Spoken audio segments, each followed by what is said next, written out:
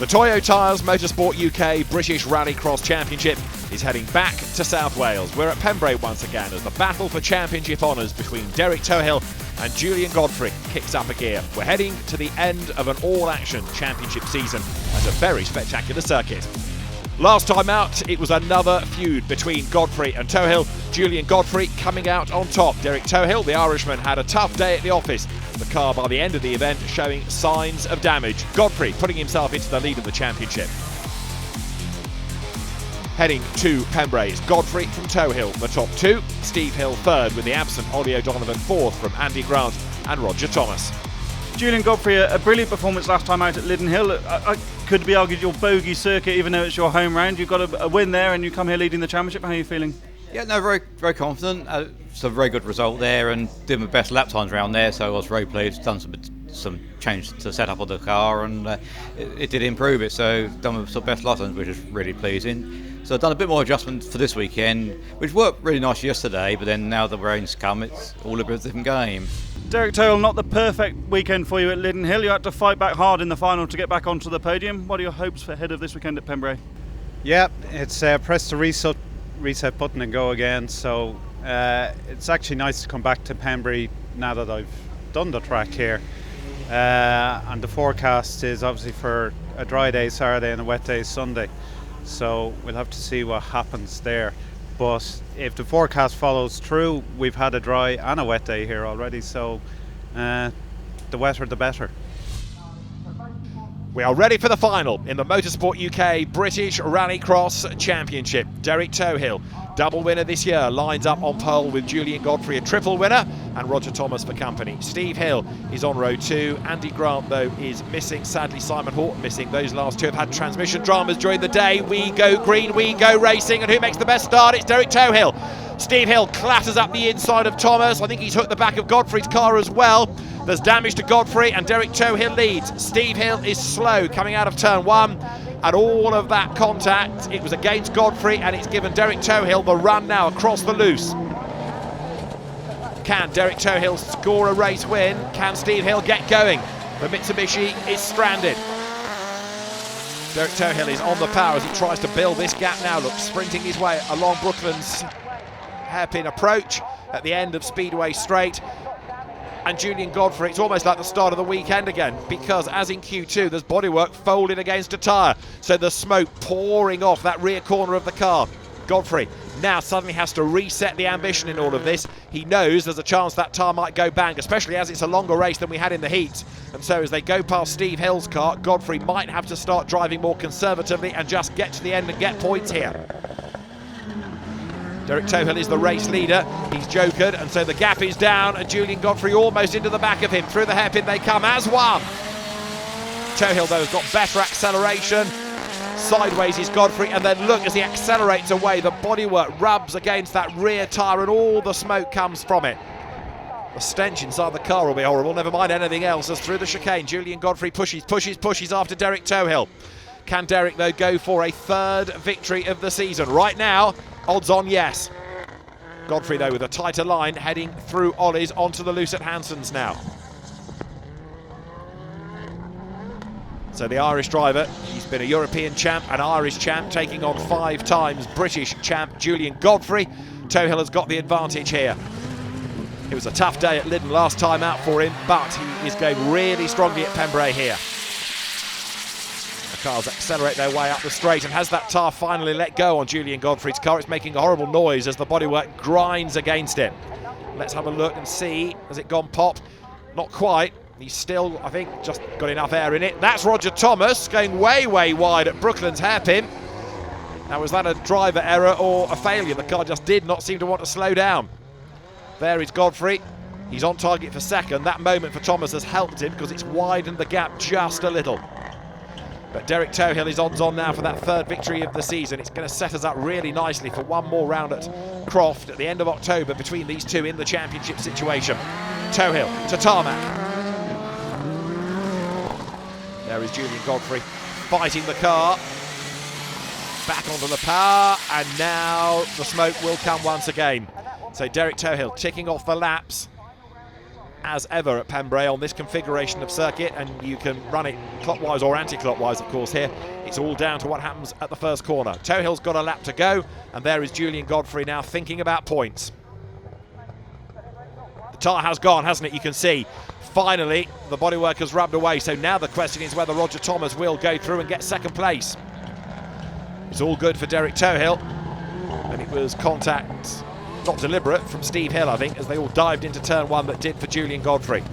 So Tohill driving his own race, doesn't have to think about the clock anymore, he just needs to get home safely. Is Thomas close enough to have a go at Godfrey? Let's see whether Julian Godfrey can survive. It's becoming ever more difficult to drive that car with only 3 good tyres, but he's still got the drive out of the corner. Derek Tohill is on target to win here at Pembrey in the Motorsport UK British Rallycross Championship, but Julian Godfrey is under attack. Roger Thomas has just about caught him, but is he going to be close enough to have a go? Let's see. Nose to tail over the line. No, Godfrey hangs on for second. Derek Tohill it is who takes the race win ahead of Julian Godfrey, and Roger Thomas third after another all-action final. The fact that we had pole, left us with great track position, but we did know that the first corner we were going to get another L hoof, which we did. Track was getting faster every lap, which was kind of nice, and got her to the end. Good 6.5 laps. Yeah, I got the puncher on the third lap. The tyre finally deflated, and not to worry about trying to get in front of Derek, but just to keep the car going. And then it went down on the third lap, and I just sort of backed off and just really get enough to stay in front of Roger to keep the second place. That was the main goal after they got the puncher. I'm really quite happy with it. You know, the issues we had with no handbrake and some other issues that have cropped up sort of yesterday and today. Boys have worked really, really hard, you know, day and night, and to get away by, you know, saying my thanks to them for getting a podium. It's been really good, yeah. Julian Godfrey is 2 points ahead in the championship now from Derek Tohill. Steve Hill is third. We're set up nicely for the showdown at Croft. Day one here at Pembrey had plenty of drama for the Motorsport UK Junior Rallycross Championship. We didn't get a proper race in. Everybody hoping for better on day two, at which Robert Vittols has top qualifying from Patrick O'Donovan. The grid is formed with Roberts Vittols then on pole position, Patrick O'Donovan and Luke Constantine at the front of the grid. It's Tom Ovenden and Archie Thomas on row 2 ahead of Ben Sayer, then James Constantine and Alfie Porter at the back of the grid as the lights go green and we go racing. On board with Patrick O'Donovan. Has he got the advantage? Yes, he has, as they head up towards the first corner. It's named after his dad, Ollie O'Donovan, and it is POD that leads the way. There's one car there that's already managed to hook up some tyres, and O'Donovan gets a tap and he gets all sideways. Luke Constantine gets into the back of him. O'Donovan is delayed, and so there, Luke Constantine takes over the race lead. O'Donovan's second, and a really good start from the third row. Ben Sayer there, look, number 77 in the white car. Ben Sayer already up into third place. It's Archie Thomas fourth, and the one that's lost out of all is Roberts Vittols, seemingly. I think it was him that got caught up with the tyre stack, so that has compromised the man that started on pole position. On board with O'Donovan, chasing after Luke Constantine, and he desperately wants to try to get that race lead, but he's got Ben Sayer tucked up behind him. Sayer has never had a win in Junior Rallycross. It came close at Lyddon. What can happen here? All of these Suzuki Swifts then, ideal for the young drivers, the Rallycross stars of tomorrow. Hit the loose once more. Ben Sayer breathing down the neck of POD, Patrick O'Donovan, and Ben Sayer goes for the joker now to get that out of the way. Luke Constantine, though, is the man holding sway at the moment. Across the loose he comes. O'Donovan is second. And Ben Sayer down to fourth, having jokered, staying ahead of Tom Ovenden for the moment. Ovenden from good Rallycross stock, of course. But there, up front, is Luke Constantine. Patrick O'Donovan is chasing on as best he can. And then you've got Archie Thomas, whose dad Roger we have already seen out in the British Rallycross Championship with his Ford Fiesta supercar. Archie getting better and better all the time. This is O'Donovan's view. He's got to defend, but equally he's not that far behind Luke Constantine, and he's eager to get back ahead after the dramas on lap one. To the joker goes Archie Thomas. So that's the longer line, the slower line, then you get back to the normal lap, but Ben Sayer, who had joked earlier, retakes his place. So Sayer is the best place of those that have joked so far. Can he close on O'Donovan now as they come through the hairpin? Careful with the power. Also, look, Tom Ovenden has got himself up past Archie Thomas as well, so the joker, as ever, causing some shuffling to the order. The pack accelerates now along the fast speedway straight section. Hard on the brakes, turn left. Battles are on lower down the order. James Constantine there trying to defend his position. Roberts Vitols coming back at him. The young Latvian driver who's also gone well on occasional visits to the academy class in Rally X Nordic this year. Here though is the lead battle, and it is well and truly joined. Luke Constantine is only just ahead of Patrick O'Donovan, but this could yet play into the hands of Ben Sayer. Look, because he's closing, because they're squabbling and delaying each other, and Sayer has already joked. Constantine is sideways. O'Donovan tries to muscle his way back up on the inside, but the door is closed. Now he goes for the outside line. Everywhere that Patrick O'Donovan wants to be, Luke Constantine is already there, and Ben Sayer is closing. O'Donovan into the back of Constantine, gives him a nudge, not deliberate. There's more leaning going on as they come through the chicane, and Ben Sayer is almost there, knowing that they've got to joker yet. O'Donovan now to the inside line. Is that going to give him track position? They lean on each other again, and O'Donovan should go through here. Tar smoke as the cars rub. Yes, O'Donovan goes by. Off the road goes Constantine. Is he heading back on? He is. He's heading off again now because he goes for the joker. So O'Donovan hangs on to the lead. Ben Sayer goes ahead of Constantine. So the man that led the bulk of the race early on now is behind Sayer. And Ben, looking at the gap, should get the race lead when Patrick O'Donovan jokers. So Ben Sayer could be on for a first ever win in the Junior Rallycross Championship here. This is the run up Speedway Straight, and there you can see, having dropped back in the pack, Luke Constantine, third on the road. Where will he be at the end of the race? Because not only do we have others to joker, he's being caught by Tom Ovenden. One more lap to go. Patrick O'Donovan leads, but I don't think he's done enough to hang on to that advantage. Ben Sayer is in the pound seats now. Across the loose section comes Patrick O'Donovan. Goes for the joker. Sayer takes the lead. So Ben Sayer inherits the advantage on the joker lap. Patrick O'Donovan falls back behind him, but stays ahead of Luke Constantine. So after their contact at the very start, you could argue that things have been redressed with O'Donovan going ahead. But the frustration is neither of them ahead of Ben Sayer. Ben Sayer, who has improved meeting by meeting in the Junior Rallycross Championship, is on target for a maiden win here. Through he turns, out of the Brooklands hairpin, into the chicane at Toyo's. Checkered flag at the ready, and Ben Sayer takes a first Motorsport UK Junior Rallycross Championship win here at Pembrey. Patrick O'Donovan second, Luke Constantine third. A hectic race won by Ben Sayer, 3 seconds clear of Patrick O'Donovan. Luke Constantine third from Tom Ovenden, Archie Thomas and James Constantine. Poleman Roberts Vitols only seventh. In the championship, Luke Constantine and Patrick O'Donovan now tied on points. Roberts Vitols is third, and it's Ben Sayer in fourth after that first ever win. Ben, you just lost out on your maiden victory at Lydden Hill last month, but a fantastic drive today, a dominant drive in the final once you got your head down, took an early joker and a fantastic victory. Yeah, I took the joker early and then got my head down, stuck behind Luke and Patrick, and I seen them battling ahead. So I took the racing lines and yeah, paid off. Patrick, brilliant start in the final. You took the lead into the first corner, a bit of contact, you got pushed about a bit, but a fantastic race and more solid points for your championship, finished second overall. Yeah, we were first down into turn one, but a bit of contact made us have a half spin. We went onto the grass. We lost a position, unfortunately. We spent the rest of the race catching up. I think I had to catch up 2 seconds on Luke, which I eventually did, and I managed to get past him. Here at Pembrey, we are getting set for the final for the Motorsport UK Super National Rallycross Championship. Tristan Ovenden has been the man to beat all season and all weekend, fastest in each of the 4 qualifying runs. It's been 5 out of 5 for Tristan Ovenden so far this year. He's on pole position with Craig Lomax and Guy Corner lining up with him at the front of the grid with the Lotus Exige. The second row, Paul Coney and Jarek Sukovicki, the 2 Super 1600 drivers there, with Dave Ellis rounding out the grid. Lights go green, Ovenden crept and stopped, and that means he gets mugged. Guy Corner blasts clear on the run down to the first corner. Big sideways moment in the background from Craig Lomax as they work their way towards the loose for the first time, but it's Corner who has the advantage over Tristan Ovenden. That's Paul Coney going for the Joker lap. So how long will it take Ovenden to get right onto the tail of Guy Corner and then challenge the Northallerton driver for position? Let's see. Good Super 1600 fight going on. Lomax versus the Pole, Jarek Sukowicki.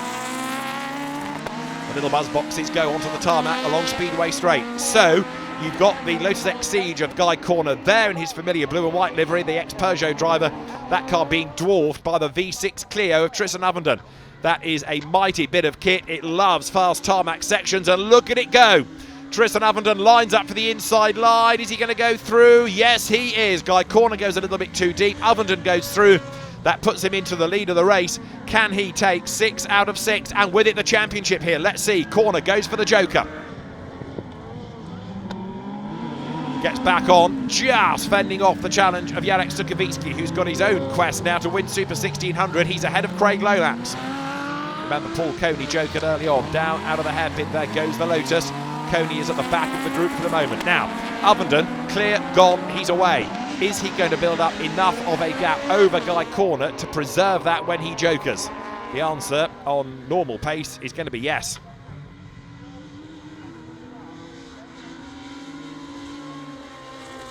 Now there is Craig Lomax.